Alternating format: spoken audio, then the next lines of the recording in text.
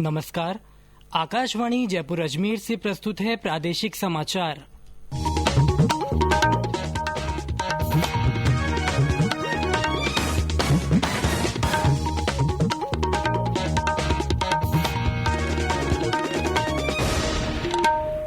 मुख्य समाचार। पूर्व मुख्यमंत्री सचिन पायलट ने कहा, पार्टी में सभी नेताओं और कार्यकर्ताओं को महत्व मिलना जरूरी। राज्य सरकार ने प्रदेश के 7 मेडिकल कॉलेजों के लिए 819 करोड़ रुपए की अतिरिक्त धनराशि मंजूर की। प्रदेश में कोरोना संक्रमित मरीजों की संख्या बढ़कर हुई 54,887।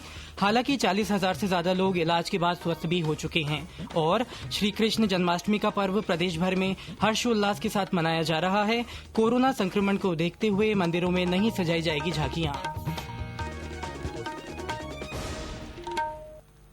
समाचारों के साथ मैं सिद्धार्थ जैन और अब समाचार विस्तार से। राजस्थान में चल रहे राजनीतिक घटनाक्रम के बीच पूर्व उप मुख्यमंत्री सचिन पायलट ने एक संवाददाता सम्मेलन में प्रदेश के सियासी घटनाक्रम पर बातचीत की। उन्होंने कहा कि उनके कुछ मुद्दे थे जिन्हें पार्टी आलाकमान के सामने रखा गया और आलाकमान ने इस संबंध में 3 सदस्यीय कमेटी का गठन किया है। श्री पायलट ने कहा कि उनका विरोध पार्टी के खिलाफ नहीं था और पार्टी को सत्ता में लाने वाले सभी नेताओं और कार्यकर्ताओं को महत्व दिया जाना चाहिए।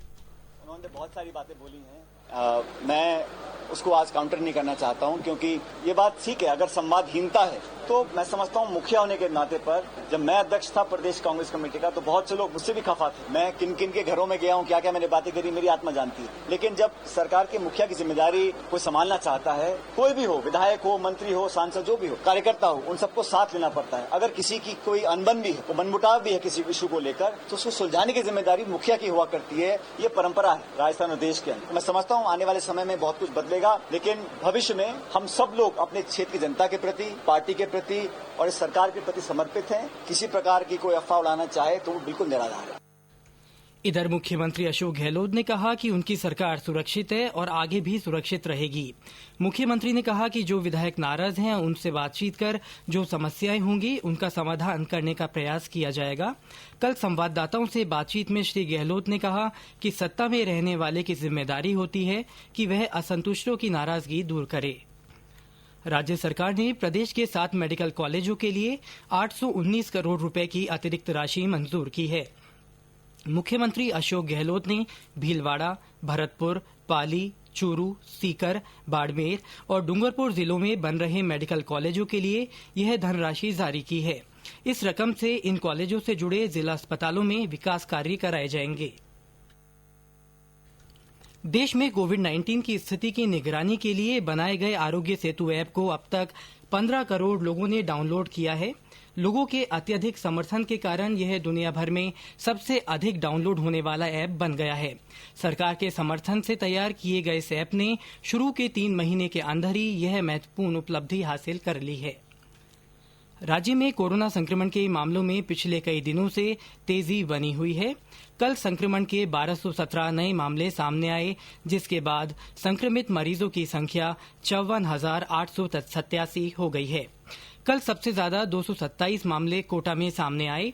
स्वास्थ्य विभाग से मिली जानकारी के अनुसार सीकर में 177, जोधपुर में 128, जयपुर में 106, पाली में 64, अजमेर में 60, नागौर में 52, अलवर में 51, झालावाड़ में 48, बाड़मेर में 47, भरतपुर में 39, बारां में 37, श्रीगंगानगर में 35, राजसमंद में 31, सवाई माधोपुर में 24, टोंक और करौली में 18-18, डूंगरपुर में 16, सिरोही में 13, बांसवाड़ा में 8, जैसलमेर में 7, चित्तौड़गढ़ और दौसा में 4-4 तथा प्रतापगढ़ में 2 लोगों में संक्रमण की पुष्टि हुई है।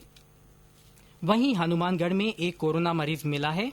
अब तक 40,399 लोग इलाज के बाद स्वस्थ हो चुके हैं, जिनमें से 37,761 लोगों को अस्पताल से छुट्टी मिल गई है।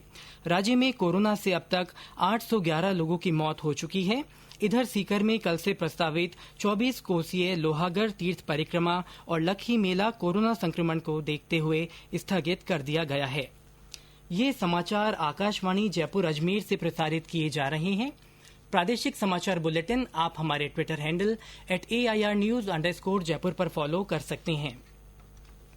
पूर्व राष्ट्रपति प्रणब मुखर्जी की हालत ऑपरेशन के बाद नाजुक बनी हुई है और उन्हें वेंटिलेटर के जरिए कृत्रिम श्वास दी जा रही है।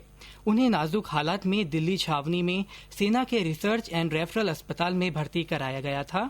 अस्पताल के सूत्रों ने बताया है कि दिमाग में खून का थक्का जमने की वजह से उनकी आपात शल्य चिकित्सा की गई। उन्हें कोविड-19 से संक्रमित भी पाया गया है। उर्दू के मशहूर शायर राहत इंदौरी का कल हृदय गति रुक जाने से निधन हो गया। मुख्यमंत्री अशोक गहलोत और सूचना और जनसंपर्क मंत्री डॉक्टर रघु शर्मा ने उनके निधन पर शोक व्यक्त किया है। अपनी संवेदना संदेश में मुख्यमंत्री ने कहा कि राहत इंदौरी का निधन उर्दू शायरी के लिए बहुत बड़ा नुकसान है, जिसकी भरपाई नामुमकिन है। सवाईमाधोपुर पुलिस ने कल देर शाम एक व्यक्ति को 51 किलो गांजे के साथ गिरफ्तार किया है। आरोपी के घर की तलाशी लेने पर एक देशी पिस्टल, जिंदा कारतूस और 87,000 रुपए नकद भी बरामद हुए हैं। पुलिस ने मामला दर्ज कर जांच शुरू कर दी है। जन्माष्टमी का पर्व आज प्रदेश भर में श्रद्धा और उत्साह से मनाया जा रहा है। प्रदेश के विभिन्न कृष्ण मंदिरों में जन्माष्टमी पर्व मनाने की तैयारियां की जा रही हैं। कोविड महामारी के कारण मंदिर हालांकि बंद हैं, लेकिन कई मंदिरों ने श्रद्धालुओं को वर्चुअल तरीके से जन्माष्टमी पर्व में शामिल करने की तैयारी की है। राजसमंद में वल्लभ संप्रदाय की प्रधान पीठ श्रीनाथ जी मंदिर में जन्माष्टमी हर्षोल्लास के साथ मनाई जाएगी। कोरोना संक्रमण को देखते हुए इस बार मंदिर में श्रद्धालुओं के लिए दर्शन बंद रहेंगे, लेकिन शहर के रिसाला चौक में रात्रि 12 बजे 21 तोपों की सलामी दी जाएगी।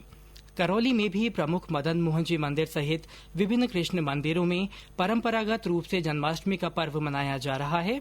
हमारे संवाददाता ने बताया कि कोरोना संक्रमण के कारण इस बार मंदिरों में झांकियां नहीं सजाई जा रही हैं।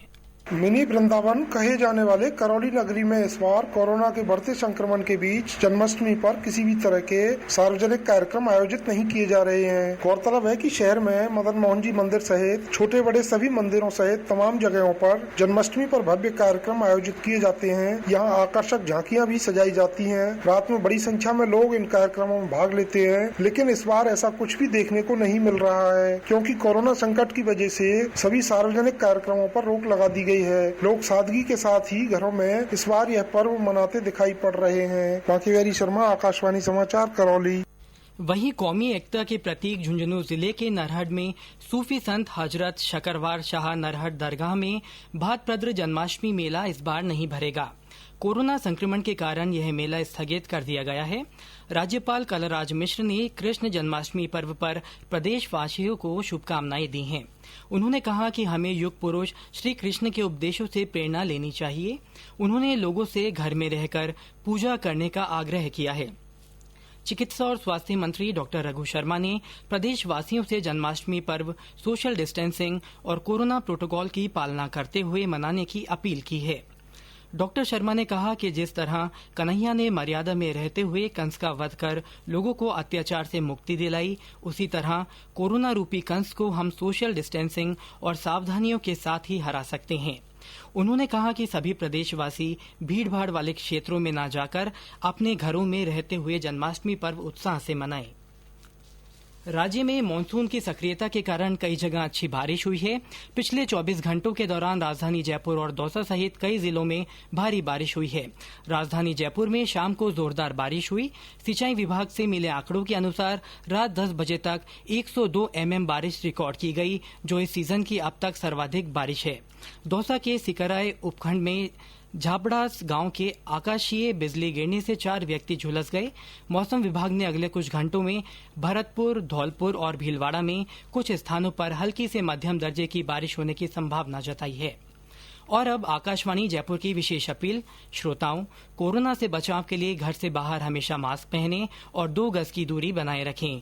बार बार हाथ धोएं या सैनिटाइजर से साफ करें। बहुत आवश्यक होने पर ही घर से बाहर निकलें।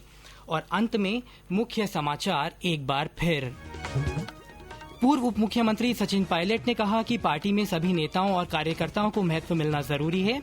राज्य सरकार ने प्रदेश के 7 मेडिकल कॉलेजों के लिए 819 करोड़ रुपए की अतिरिक्त धनराशि मंजूर की है। प्रदेश में कोरोना संक्रमित मरीजों की संख्या बढ़कर 54,887 हो गई है। हालांकि 40,000 से ज्यादा लोग इलाज के बाद स्वस्थ भी हो चुके हैं। और श्री कृष्ण जन्माष्टमी का पर्व प्रदेश भर में हर्षोल्लास के साथ मनाया जा रहा है। कोरोना संक्रमण को देखते हुए मंदिरों में झांकियां नहीं सजाई जाएगी। इसी के साथ प्रादेशिक समाचार बुलेटिन समाप्त हुआ। हमारा अगला बुलेटिन हिंदी में दोपहर 12:30 बजे प्रसारित होगा। नमस्कार।